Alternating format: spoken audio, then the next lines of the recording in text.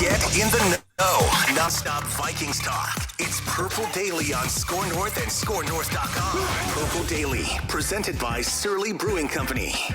Welcome in, Daily Vikings Entertainment, without a producer or a pilot today. There's going to be some turbulence. Who's in charge? We've run out of beverages and snacks on the plane. This sucks. I hate this. Well, actually, we have one beverage on the plane. It's just Surly Furious. That's what we have. Oh, well, then we're fine. Well, Even for why the kids. didn't you say that? Yeah, come on, everybody. Come one, come all, Surly. We got Furious. You know what? No. I just found some Logic Bomb. I found some Before I Dies, which, of course, is the beer of choice if you are tuned in to the Purple Game. As we were last week at our watch party at First Round in Mall of America, Surly, the weekend is coming, and I'm going to tell you right now, there is nothing better than being on your couch watching some college football or pro football with a Surly in one hand and the remote in the other. Make it a Surly weekend by stopping at your local liquor store and picking up some, and then you can spend the weekend watching football and sipping on Surly's. Amen. The show is also presented by our friends at TCL. TCL is one of the world's best-selling consumer electronics brands. They have a new lineup of award-winning TVs delivering the most entertainment with stunning resolution, all at an affordable cost. Enjoy more of the things you love with TCL. Thank you for supporting our partners here. You help power this show on a daily basis. We have the best audience ever. We met a bunch of you at the Surly Purple Daily viewing party on Sunday. So it's just been a great season, and we've had so much fun meeting many of you at these events. This is a State of the Offense Thursday here. By the way, people wondering, where's Declan? Did you guys fire Declan? It's over. Yes. No, we did not. Declan is... Had to make some changes.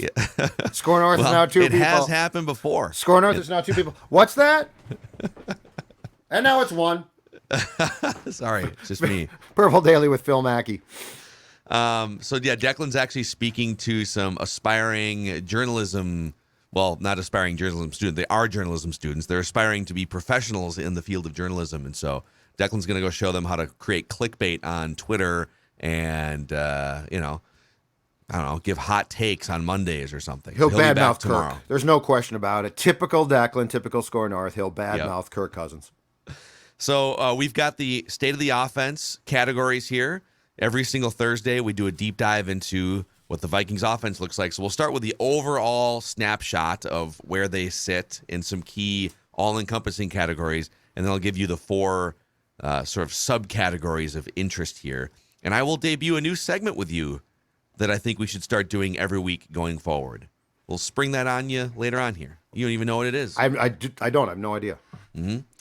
So let's start with just the overall snapshot of the Vikings offense. They've actually, despite scoring less than their season average against the Commanders, they moved up from 9th to 8th in points per game this season. So I'd have to go kind of through and see. There must have been some teams that were above them that had clunkers. Maybe the Packers were above them. I really don't have it in front of me right now. But they are 8th in the NFL in scoring offense. That's, you know what? If you had told me that they were just going to be 8th through, 8 games, I'd say, okay. Like, I'd like them top 5, but I think top 10 is mandatory. Scoring is down, so I think it changes a little bit because of that fact. But if you had said back in training camp that this team was going to be a top 10 scoring team halfway through, I still wouldn't put them on 7-1, Phil. But I would say, you know what? That's sufficient. Yes. For a new system. I was wrong about the Packers being the team. I was wrong about that. The Packers are 27th. They're averaging 17 points per game only. Vikings are at 24 points a game, just behind the Browns. Oh, no. What? Oh, poor Packers. Oh, poor Packers. I'm so heartbroken for them. It's so difficult. Sadness. The Packers are scoring fewer points per game than the Panthers this season. Let that sink in for a second. And the Bears. Oh, play the Packers. The Bears are scoring. Play the Packer theme then, can you please? Sure. You're out of control. Score, Pack, score. Chiefs are the highest scoring offense in the NFL at 30.5 points per game. Vikings at 24, and then there's a few teams between them, including the Seahawks, by the way. Chiefs, Eagles, Bills are the 3 highest scoring teams in the NFL. It's no coincidence those are also the 3 best teams, largely. So if the Vikings want to get on that level, they do probably have to start scoring a little bit more, but they're at least in the top 10. Yards per play, 17th. Expected points added, 15th. And DVOA from Football Outsiders, which is sort of contextual yardage, 16th. So some of the yardage metrics tell you they're like league average, but the actual scoring, they are 8th, which is really what matters at the end of the day. And the yardage thing to me, I'm a little bit torn on because I think we get way too hung up in the fact that both offensively and defense is the metric. Like they are 17th in the National Football League in offense. Tell me what you're scoring. Like that's what I want. So I don't get, unless you're just atrocious in yards, I don't get nearly as caught up because a lot of that can again be completely hollow statistics. So yeah, if you're top 10 in scoring, I'm much more into that than, oh man, top 10 in yardage, but you're 18th in scoring or something like that. Yeah, I think what some of these like the yards per play and EPA, expected points added, things like that, I think it's kind of predictive. It's saying, hey, you're 8th in scoring, that's great, but your process is more that of a league average team, unless you think you're just like great in the margins, that you're just going to continue to be great in the red zone. You're going to continue to be great situationally, but this team is really good in a lot of key situational things. So, yes. I guess I do believe that they are a top 10 offense in this league with some more room to grow. All right, let's get into the categories here. So we have 4 categories on this state of the offense. And we'll start with category number 1, which is it is the state of Hawk. TJ Hockenson, in his Vikings debut, had the second most catches in a game of his career on Sunday. 9 catches in that game against the Commanders. He's currently the 6th highest graded pass catching tight end, according to Pro Football Focus. Travis Kelce's number 1. Mark Andrews is like 3rd. So there's some dudes in there. He's the 6th highest graded pass catching tight end. He's 4th in receiving yards among tight ends.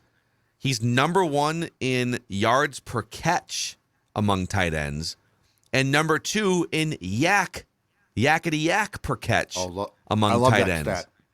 Great tight end stat. He's a yak master. Only Dallas Goedert is averaging more yak among tight ends.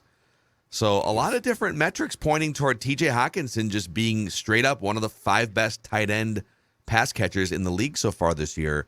I'm not putting him on a Travis Kelce level or anything like that yet, but some really good numbers here, and the Vikings just have him on their team now, apparently.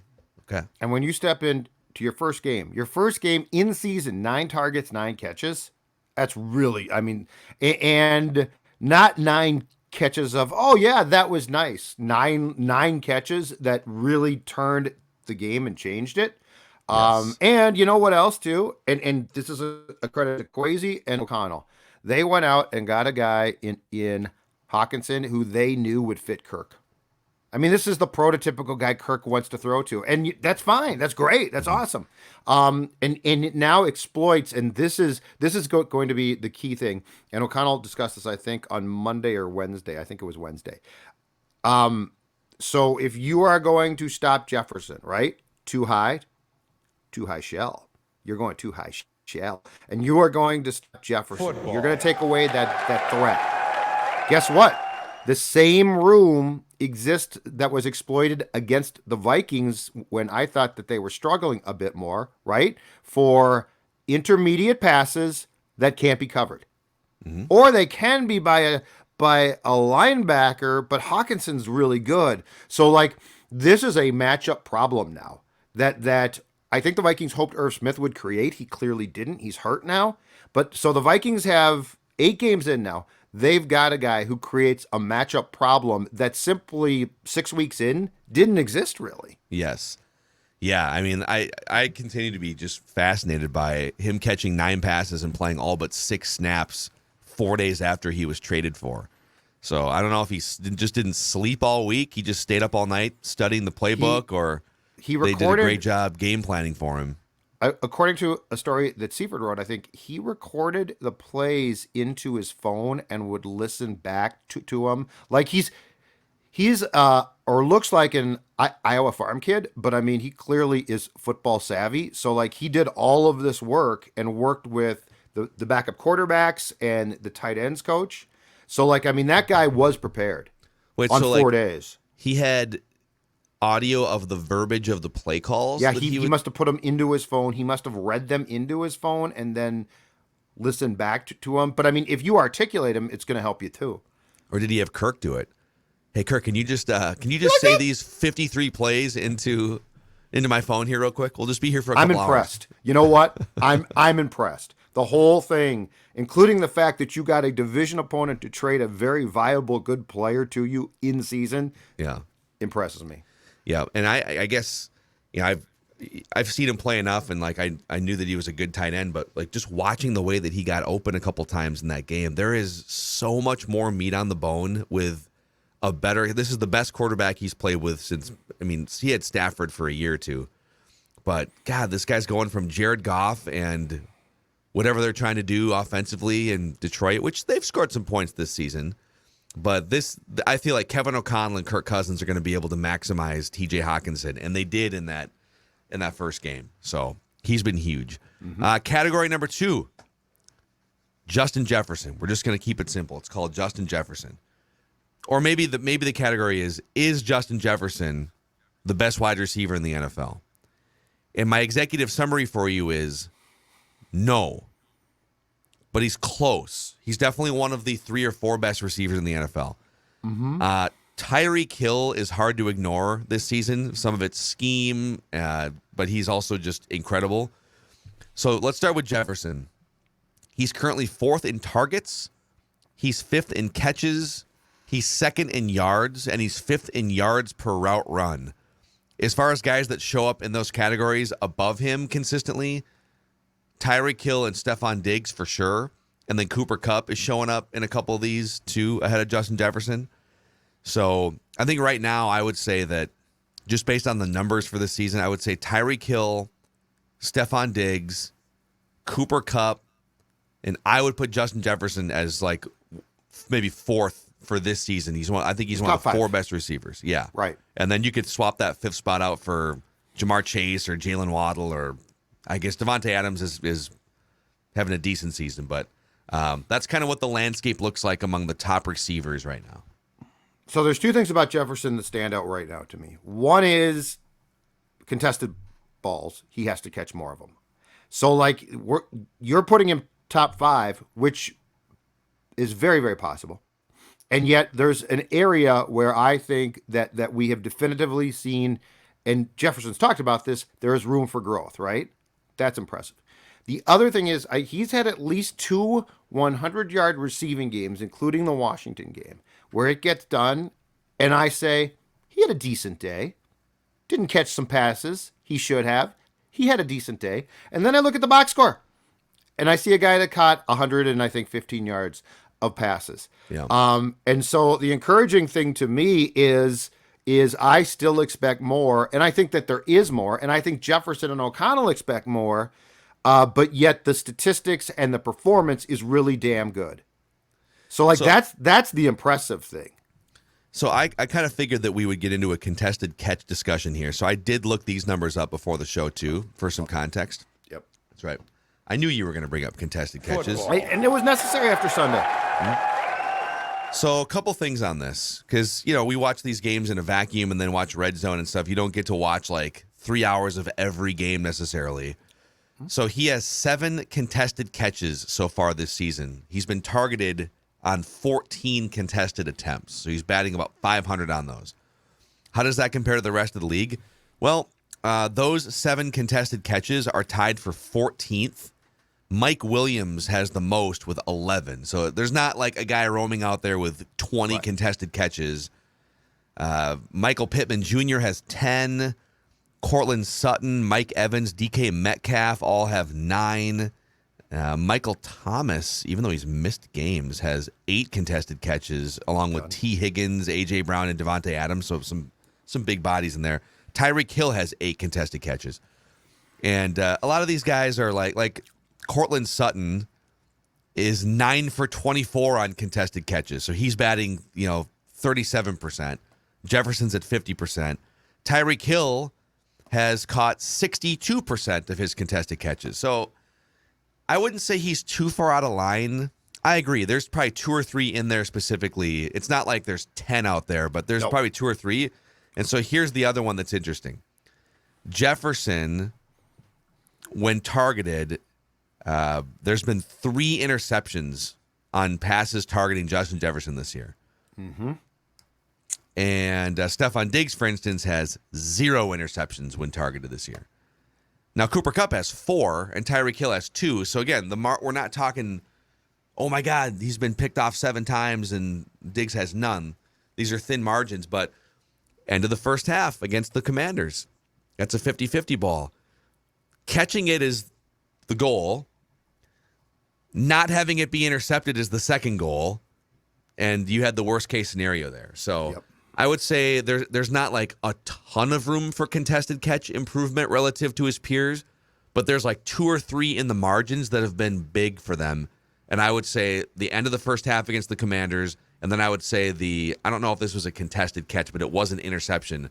The wrong route run against Philadelphia. Yes. That resulted in a red zone interception. Yep. That was another big one there. So there's like 2 or 3 things that he can clean up here in the first half of the season. Let's go back to the pick on Sunday at the end of the first half, because I love that play. And O'Connell said Monday, I think. That was a great play, because, that's exactly what you want. So I think the growth there for Jefferson is this. That is either caught or broken up, because he deflected it. It deflected off him. And I know that you can't say. That can never happen. It's going to at times. But I guess the goal at the end of the day is that is either caught by Jefferson or batted down, and that's it. But that's the exact type of play that I don't want the Vikings to stray from, because I think it's there. And if you go back and watch the end of the first drive that the Vikings scored on with a touchdown pass, I think it was a 9-play drive to Jefferson. That was a contested play too, and that was a great play. Mm-hmm. But I love the fact that Kirk is being told to and clearly is developing the faith of, okay, I'm going to have to throw some passes that might be picked. I would like to see that ball, if nothing else, fall incomplete. The wrong route is just a screw up. Like that's not even like Jefferson. If he did that consistently, it's a huge problem, but I don't think he ever does. So like that to me, it is just a fluky play. It's unfortunate, but I love the fact that they had the trust in Jefferson and Kirk to try that, because I think it works. I think that works. But again, my grand point is this, Phil. Jefferson gets done with games, and I'm like, oh, yeah, he played well. And then I'm like, oh, hold on a second. If 9 out of 10 players put up the stats he just did, I'd be like, that's the player of the game. Yep. Yeah, it's like we're talking margins here. If there's probably maybe just the 2 plays even that we mentioned. If he runs the right route against the Eagles, then it's a touchdown. And then he runs the right, or he catches that pass against the Commanders, or so now he's got 2 extra touchdowns. He's got a little bit extra yardage. He's got, maybe he's elevated above Stephon Diggs or something in some of these. But overall, he has been. They've utilized him. They've targeted him. He's one of the 4 best receivers in the NFL. Probably some room to go a little bit higher even. And he's largely having an excellent season with a little room to get better. We have 2 more categories, including an examination of the fourth quarter Pharaoh here. But let's shout out our friends over at Prize Picks, who make it very easy to play daily fantasy. So with Prize Picks, first of all, you can play multi-sport entries. So you can kind of mix and match NFL with college football or NBA with NFL. You pick between 2 and 5 players and an over-under on their projections, and you can win up to 10 times on any entry. Use the promo code NORTH, and you can help us because you're telling them, hey, I heard about you guys through Purple Daily Score North. Promo code NORTH and Prize Picks, secondly, will match your first deposit up to $100. So check out the app or the website at prizepicks.com. Daily fantasy made easy. I'm not going to say weight loss made easy, but weight loss made possible. That's well put. That's is well what put. Livia specializes in. Yeah. Correct. And look, you know what? It's getting cold out. I think the temptation is to stay at home and, be on the couch. You're going to gain some weight. Well, that's no fun. But what if I offered you a solution to that problem? And it's not a diet. Livia Weight Control Centers. The wording is important because it's about weight control, it's about lifestyle change, and it is about dropping those excess pounds. And what better time than now to do exactly that? So by the time that football season is done or spring hits, you're down 20, 25, 40 pounds. Dawn's lost weight on this. I've lost weight, and we've talked to a ton of people in the PD family, including on Sunday at the event, who have also joined and lost weight. And if you join right now, your first 8 weeks are free. And with a new Flex program, it's going to let you enjoy the foods that you love: fruit, pasta, and even bread. Inside or outside the state, this can be done. So if you're a PD viewer or listener in Florida or Tennessee or something, guess what? Virtual consultations are possible. 855-GO-LIVEA, Livia.com, Livea.com. Weight loss is great. Now you can go work out. You feel fantastic. Find out today how you can start on the path to a healthier you. Livia.com. Yes. And a shout out to our friends at Federated Insurance, who have been around for over 100 years, based in Owatonna, Minnesota. They are one of us, so to speak. And Federated is all about helping maximize the success of your business through risk management tools and resources. You can find a full list of industries Federated specializes in over at federatedinsurance.com. And you can find out more about their rich history that also goes beyond the state of Minnesota as well. You can find who your marketing representative is in your local market at federatedinsurance.com, where it's our business to protect yours. And, it's funny. I yesterday, real quick, before we get back into the state of the offense category. So I was at the airport yesterday, and I'm just kind of in search of a glass of red wine at the end of the day and some early dinner, late lunch. And I ran into a loyal listener who's been on Write That Down before, Dustin, and he was on a call, and we just I was like, I think that guy's been on our show before. And we tweet back and forth, and so him and I wound up just getting a drink and just talking Minnesota sports and whatever at the airport. Nice. And killing some time. And he said, I have now supported, I think he said 5 of your sponsors. He's like, this product, I've got Chill Boys on right now, TCL TV, Surly, whatever it is. And, I think it's awesome when, not to just be like a shill here, but it's when we hear those stories, it is awesome because it means that, first of all, we aren't BSing you. Like we literally, we do vetting processes and we build great, genuine relationships with these partners and stuff. But when we hear stories about you guys, the audience, supporting our advertisers, it makes the world go around for us because that's what keeps us doing this on a daily basis. So shout out to Dustin. Thanks. It was Dustin. fun grabbing a couple beers. And they had Before I Die on tap over at the Ike's in the airport on the second level. Ooh, Ike's is a good place. It's amazing. I've always liked Ike's. And so he orders an Ike's, or he orders a Before I Die, and the server, I asked the server, she goes, "Oh, people love that beer." And I said, "Oh, is it selling pretty well?" And she said, "Oh, it's people love it. They love the tap, they love the concept." She goes, "Do you know what the backstory of Before I Die beer is?" And you said, "I had no idea." What? I was like, "No, tell me what it is." Sounds like an interesting. Yeah, tell me what do you think the backstory of Before I Die is? Exactly. So anyhow, okay, back to the categories here. The fourth quarter pharaoh is our next category. The Dagger Doctor, the late game luminary. Mm-hmm. So Kirk Cousins late in games is the discussion point here. He already has tied his career high in fourth quarter comebacks. He has 4, which ties, I think it was like 2016 he had 4 in Washington. The most he had with the Vikings was last year with 3. And then in the previous 3 years as Vikings quarterback, he had 1, 1, and 1. Yep. So he's 2 away from tying all of the fourth quarter comebacks he had as Vikings quarterback in the first 4 years combined. And we still have more than half the season to go. Also, if you just zoom in to the final 7 minutes of the fourth quarter, he has a better passer rating. And I get it. Passer ratings, it's kind of a small sample size, but he has a better passer rating by several points late in the fourth than he does overall. Yeah, I think his passer rating, if you take everything up to the final 7 minutes of the fourth quarter, is like 10 points lower than his passer rating in the final 7 minutes of the fourth quarter. And we're talking very little garbage time. There's some quarterbacks on that list. I pulled up a list of like best statistics on stathead.com inside 7 minutes of the fourth quarter. And Baker Mayfield has good stats inside 7 minutes. Not because they're grinding close games every week in Carolina. There's a lot of garbage time in there. There's been virtually no garbage time for Kirk Cousins in that phase of the game. So, yeah, I mean, he has continued to elevate in these situations, and it is helping pull losses into W's for the Vikings. And he actually gets credit for an extra one last year, not fourth quarter, but OT against the Panthers.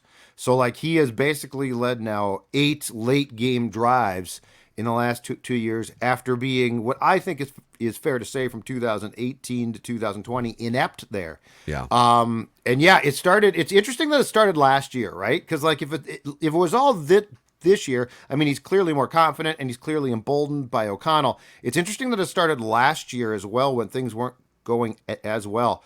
But he has been the thing that I love about this Kirk. And I mean, I didn't expect it, but the trust that's been put in him and his ability to take that and run with that has been so impressive. And, don't sleep on the fact that pass he threw to Jefferson, the deep shot where he got clobbered, absolutely clobbered, and he dropped it in the bucket perfectly. That's the type of play that what was frustrating previously, Phil, is first of all, that's the type of play that in his first few years here, he actually did make. It felt like it was more of a first half type of play, though, then. And we were like, okay, where's that late? He made that play late. It's a great pass. And I think that as you see this all sort of coming together, I mean, this is best case beyond what I expected. Like, I didn't know exactly what to expect. I figured that Mike being gone would help Kirk, but not like this. And just the confidence that Kirk has now and the way that he carries himself and the way that the entire team openly now, and this is the important thing, because we could talk about how popular Kirk was privately, but it's important that gets seen as well, right? Mm-hmm. And Kirk's popularity and the fact that he is now, he's a quirky guy, but he's a guy that this team is clearly rallying around, is just huge. And again, this gets into the non-statistical area of what you see, what you can feel from a team. And that is so different now. And Kirk Cousins is benefiting so much that it just makes a world of difference, I think, in the demeanor of the team itself. And that is an incredibly important starting point. Yep. What that game against Washington, that was such a classic Vikings loss waiting to happen. Yes. Where you go on the road against a team that you're favored against. It's a competitive team, but it's a team that you're better than. And you jump out early. Oh, this looks great. First drive, right? Just how many times have we seen it on the road? The scripted play, you go down, you put 3 on the board or 7 on the board right away. All right, good start on the road, and then you just go away for like an hour and a half, and then and then they just never fully recover. And I don't like that this team goes away for chunks of time, but they have recovered time and time again. And the more I think about it, I said this on Monday for my hottest Vikings take. The people took issue with. They don't think it was a take for me to say that it was my favorite Kirk Cousins performance in 73 games. Yeah. People think that I'm the one shorting the takes now on Mondays. I know. I mean, I just said that I should have said it was his best game in 73, but it wasn't his best game. It was, in your opinion, it was, but I get what you're saying. Statistically, it's not. It was. I don't know what the word would be. It was okay. It was the most impressive game to me in 73 because conditions were imperfect and he rose above them. Yeah. I mean, that play you're talking about, Alex Boone and I broke this down on the Trenches episode that posted early this morning. Mm-hmm. And he broke down kind of what why there was pressure and what Washington was doing with their defensive front. You know, the Vikings had 5 wide, so there was as you would say, 5-0, meaning there's no running back here to help save the day on like a free runner. There's no one in the backfield. Hold on a second here. You just said 5-0. 5-0, yep. Football. I'm learning some Thank terms you. from Booney. No, I know, but whenever you drop them in, we got to have the sound. Like, know, you can't right. pull that out of the tricks bag.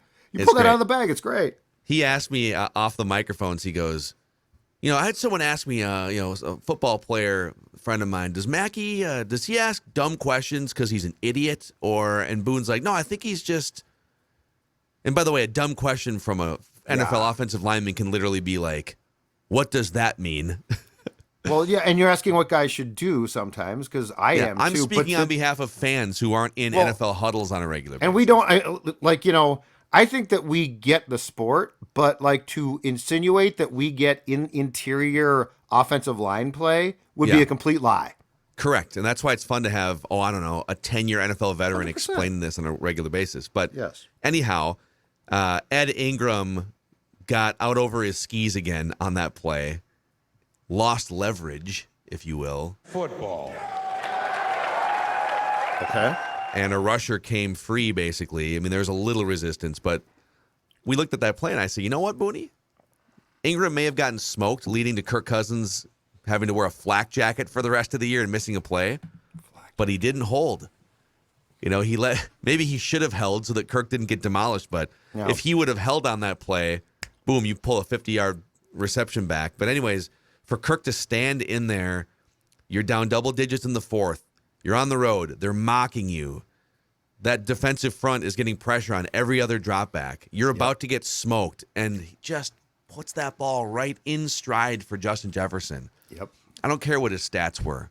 That's the throw that you need on the road when the defense is, when we talk about rise above a bad offensive line, you're never going to be able to fully prevent those types of pressures. Even if you were to replace Ed Ingram with the modern day Steve Hutchinson, that type of pressure is going to be there. Maybe not all the time, but like it's going to be there 5 or 8 times. And you're still going to have to dust yourself off and make a throw. And that's what he did on Sunday. And I just absolutely loved it. And think about this too. So when you're talking about this year, all right, because this team has, after some scripted play success in certain games, disappeared offensively, all right, which a year ago was a death knell. It was an absolute death knell. Mm-hmm. But think about what that one series and that one pass did to erase the stench of so many drives before it. Mm-hmm. Like that's where football is. Football is a beautifully imperfect sport too. And so like great drive opens the game, 9 plays, Jefferson touchdown. Here the Vikings go. Thud. Mm-hmm. Boom. And so now the question is, okay, this is a problem. Probably should be fixed at some point in time here. But the reality is this. Can you, hours later, right? Like 2.5 hours after that Jefferson touchdown in real time, can you come back now and make a couple of plays? Because if you can win. Yep. Like think about that for a second. And that's where this whole thing of, statistical success. Well, look at Cousins' stats from 2021, or 2019. You guys are crazy. Okay, but did he make the plays? I mean, we are talking about a guy who in 2018, if I'm not mistaken, at one point in Seattle, melted down and tried to throw backwards. With true. Thielen wide open. Okay? Contrast that with what we're seeing now. Yep. And I'll add this too. So last year there was a couple games for sure where the Vikings offense goes down, they score, they take the lead, and then the Lions game, and then the defense gives up a drive back the other way to Jared Goff or whoever else did it. Well, Kevin O'Connell put a stop to that with his game strategy at the end there. That could have been a game-winning drive handed back to the Commanders' offense with 1:50 left. If the Vikings had, let's say, scored a touchdown at the 4-yard line or whatever, they had the ball with 1:50. Commanders had no timeouts. Vikings could have just punched it in. Commanders would have let them. Yeah. And then you give the ball back, and now a game-winning drive gets turned back over to, Taylor Heineke pulls a rabbit out of a hat. Maybe the official runs into Cam Bynum again or something, and the Commanders tie the game, or they score a touchdown and go for 2 and they win the game or something. Like those, unlikely, but those doors would have been open if not for Kevin O'Connell saying, let's just milk this clock and make this the game-winning drive, period, with 12 seconds left, and leave them with basically no options. So don't sleep on Kevin O'Connell getting the assist for it being the game-winning drive by not even putting his it's not that you don't trust your defense. It's that you trust your defense more with 12 seconds, 25-yard line, no timeouts, than you do minute 50. They've got more time to go down the field and take some shots. Okay, the fourth category here is called power runs. Football. Rooney loves power. When I say power runs, I am not talking about digestive problems. I'm talking about running the football. I knew what you meant. So this is according to Football Outsiders. They define a power run situation as being third or fourth down. So power runs basically meaning we're probably going to run. We are loading up the box. It's a short yardage situation. It doesn't have to be a loaded up. Like you can spread guys out, but it's basically third or fourth down and 2 yards or less to go, or runs on first and goal or second and goal from the 2-yard line or closer. So it's basically everyone involved kind of knows there's a good chance you're going to run the football here. Everything is kind of packed in. The Vikings are top 5 in the NFL at this 77% success rate on power run situations this year. Football. And let me guess, the guy How about that? The guy who co-hosts The Trenches with you absolutely loves it because it shows confidence and it allows the big O lineman to lather up. They do. They like to lather up. Yes. We actually went over one of these plays from the Cardinals game on Trenches early this morning. It was the Jalen Reagor jet sweep motion, fake handoff. Irv Smith, I think it was technically, I don't know if he was in motion before the snap. I don't think he was because Jalen Reagor was in motion, but Irv Smith pulling from the right side of the line of scrimmage, coming across. So now he's crossing faces with Jalen Reagor. Just guys running in all directions. Football. Oh my God, what's happening? Oh, actually, it's just a handoff to Dalvin. Boom, touchdown. Right, but your eyes are here, right? Yes. So some of this it's called power because it's short yardage, line them up. But it's not necessarily we're just going to straight up hand the ball off and overpower you. For the Vikings, it's been a lot of we're going to run jet sweep motions. We may hand it to Reagor, may hand it to Justin Jefferson. We may fake a handoff and throw a pass. We may fake a handoff to the jet sweep guy, then fake another handoff to Dalvin, and then hit Johnny Munt for a touchdown in the end zone, right? I do believe you're talking about right now the illusion of complexity. Football. Yes, we are. And by the way, they were actually pretty good at this last year. They were like 10th in power run success, but now they are one of the 5 best teams at power run success, converting at a 77% rate. I love the fact though that it's dressed up more now. I think that's fantastic. It's so much fun to watch an offensive coach who has like the mad scientist ideas. Yeah. Yep, and he's laid this groundwork now after the first 2 months of how many different things have you seen happen from similar motions inside the 5-yard line or on short yardage. They've put 4 different receivers in motion. They've put a tight end in motion. They have faked handoffs to 4 different receivers and a running back so that a tight end can catch a pass. They'll run. Sometimes the jet sweeper will just keep running, maybe a linebacker or maybe even it's a cornerback that's trailing him, but now he's like sprinting as the ball is snapped to get to the pylon for a touchdown reception. It's like there's been like 9 possible Or he's pitched things. the ball, which is really a pass, which was That a happened, yeah. Favre loved that. Favre loved that play. Yeah, I mean, there's so many things that they're doing now to keep. And the thing I like too is, and it's smart, they have now put so much on film that they have probably become a pain in the ass to prepare for. Yes. Because now you got to be aware, and the red zone packages, you've got to be aware of. And I mean, it probably starts with how do we stop 18? But get past that, and now it's the complexity of the play designs. And I got to think, despite his success on Sunday, I got to think that Hawkinson's going to become a massive pain inside the 20, right? Like that guy has red zone star written all over him as far as potential possibilities because he's tough as hell. And the yak's a problem too, because if you're at the, I don't know, 18 and you complete a pass to the Hawk at the 7, you got a good chance to get in the end zone. He's averaging 7 yards of yak per catch this season. I'm going to tell you right now, the yak by a tight end excites me beyond belief because, and here's why. Does it get you snug? It does, and here's why.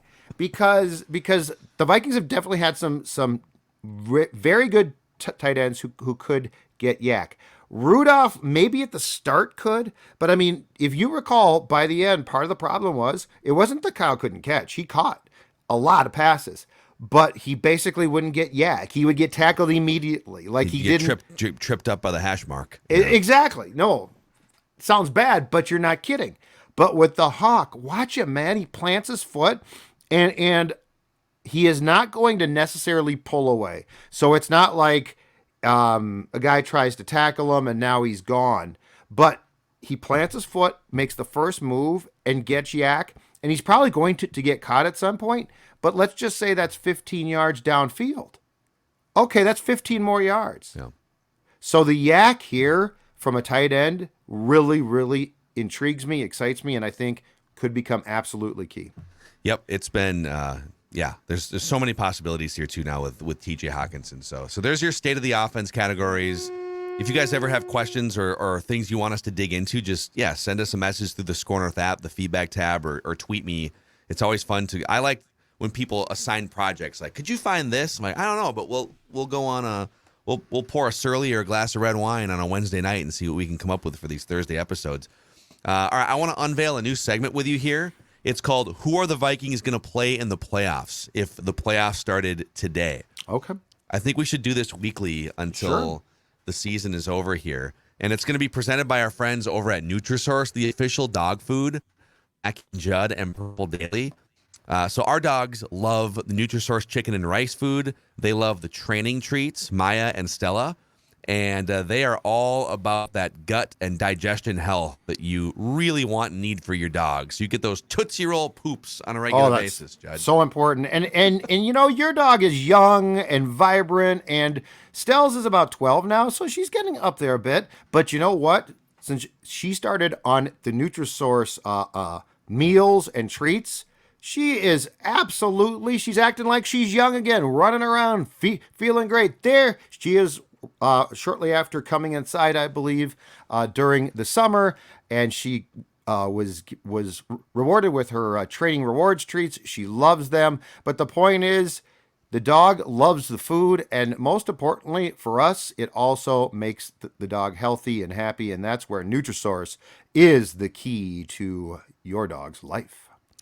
Amen. Okay, who would the Vikings play if the playoffs started today? Mm-hmm. So right now the Vikings are the 2 seed in the National Football Conference. They're just a game back of the Eagles, but really they're 2 back because of the head-to-head tiebreaker. They would play at US Bank Stadium on Super Wildcard Weekend, the San Francisco 49ers. Oh, Shanny V. O'Connell. Mm-hmm. Same coaching tree. Oh, boy. Shanny. He'd be seeing his guy too, Kirk. This would be probably the worst of all the teams that are kind of within striking distance of the 7 seeds. So, for instance, the Falcons are a half game back of the 7. Yep. The Commanders are a half game back of the 7. The Broken Rams are a game back of the 7. The Giants and the Cowboys are 2 games clear. So, until the Niners start winning more games, those are kind of the team. We're talking like Niners or Falcons or Commanders or Rams. Mm-hmm. The Niners are the worst possible draw, I think. Yep. But I'm not going to play that game. I'm not going to play maybe if the Falcons can I say bring any and every team on in the NFC.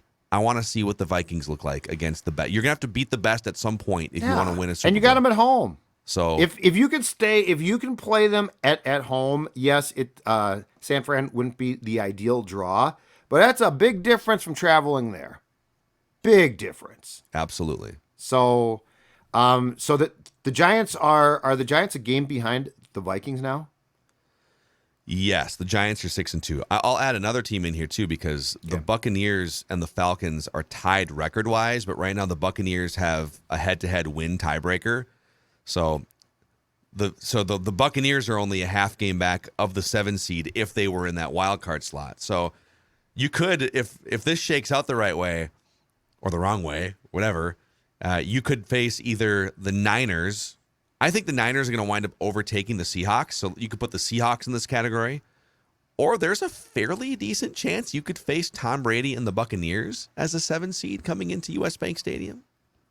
Something to watch out for. I'm with you completely. Whoever you play, bring them all. You play. Now the thing that you can control is where the game is played. So like if you go into a slump and you have to travel, that's a problem. But yes, if you continue on the track that you're on and you get the 2nd seed and you are home, guess what? I don't care who it is. In fact, you know what? The better the team, the better the test. Agreed. I'm totally with you here. I am done. If this is, I don't think that Kevin O'Connell is trying to establish a culture that avoids teams. You can also, with these upcoming games against the Cowboys and the Giants, you can build some more cushion by beating those teams. Yep. And the Eagles are going to be a tough one because you're effectively 2 games back of the Eagles. You're kind of at the mercy of, they have to lose some games. So you're the 2 seed is the realistic seed at this point, which means you will have to play on the first weekend. But the more home games you can play, that's fine. Yeah. The better the advantage. So that should be the goal. So right now it'd be the San Francisco 49ers coming in. I wonder what the spread would be on that game. Vikings here, I think it'd be Vikings by 3 to 3.5. Don't you? Man, I think the Niners are so much better than their record. We'll see where this. Let's see where the Niners kind of fall in a month from now. But what if the Niners overtake the Seahawks? To what extent would you look at the Seahawks as a I mean, they're kind of for real at this point, they're right? A viable They've got threat. Good young players. Absolutely. Yeah, I don't think that. So I think the question becomes this: probably, in fairness to the Seahawks, when is Geno going to have to return the slipper? First round playoff game? Probably not. Yeah, no, it's so good. It's a viable that's the majority of teams you gave me outside of like the Falcons are going to be tough, but that's fine. There's one bye now. So like the days of get a top 2 seed, get a bye are gone. San Francisco though would be fun too, Phil. Like it'd be Shanahan against O'Connell, Shanahan against his guy Cousins. That would be a juicy storyline week. It'd be fun. I agree. I'm here for it all. So we'll do this every week in which we look at the playoff possibilities as the Vikings barrel toward the postseason here. But the Buffalo Bills this weekend, we'll do a Feedback Friday tomorrow, and we'll continue to monitor the Josh Allen situation. Looks like he's probably not playing, and if he is playing, he's going to have a really limited arm. So yeah, it makes no sense. If there's any risk there, why would you do that? You are a Super Bowl contender big time with him. If he plays against the Vikings and it gets worse and now he's out for, I don't know, take your pick, 2 months, you're screwed. Yeah, they're probably going to shut him down for a little bit. But the AFC, there's like one game separating the top 7 or 8 seeds in the AFC right now. So you can't afford to like rest him for a month and lose 2 right. games No, or that's why something. I'd rest him now against a team outside my conference. One thing before we go. So in Kirk Cousins in his availability on Wednesday, and I guess Wes Phillips, the OC, said the same thing today. Both are lamenting the fact that players are now posting things from the airplane. Oh, really? So Kirk was saying that, because he's being asked about the chain because it's hilarious and the Kirko thing. Oh no! And he's like, yeah, I didn't think that was going to be posted. I mean, that used to be the rule. You didn't post things from the plane. I just want to say it was Cam Dantzler, by the way, Doghouse Dantzler. Well, and a ton of guys were filming it. I don't know the amount of guys outside of Dantzler that tried to post it. But anyway, here's my point. My point is this. Embrace it. Now, if you have 2 guys who get in a fight post-game on the plane, that would be a problem, right? But Kirko, embrace it, man. Your image how much has all of that stuff, outside of the wins, outside of the fact that he's clearly playing with more confidence. But how much is getting that snippet as fans, getting a look at that, changed our impression and altered an image of a guy who a lot of us thought was sort of just a, boring guy. Embrace this one. It's great. It's fun. The Kirko stuff is fun. The no shirt stuff is fantastic. There is no downside. Again, if there was a screaming match and it got posted, totally get that. That's a problem. But embrace this. This has changed Kirko. This has changed your image. Guys like us are like, oh, now we sort of get it. Is he a little just kind of insecure about it because it's such a deviation from who he has been? I don't think he wants to allow people in. But my point is, dude, no, this is great. Don't make it weird with the team now, too. Don't. Right. And I kind of agree with him that perfect world, let's just keep this kind of a fun internal thing. Maybe we can send a picture out to social media or something. I don't know that we need to live stream it on Instagram, Dantzler. Let's calm down on that. But I also agree with you, which is, well, it got out. It's certainly not like a fight happening or something. It got out because it's the joy of the Vikings spilling out into the public eye. Correct. Is what it is. So lean into it. Kirko Chains. It's fantastic. It is absolutely fantastic. And all of that stuff is incredibly important to why this team has won 7 games. Yep.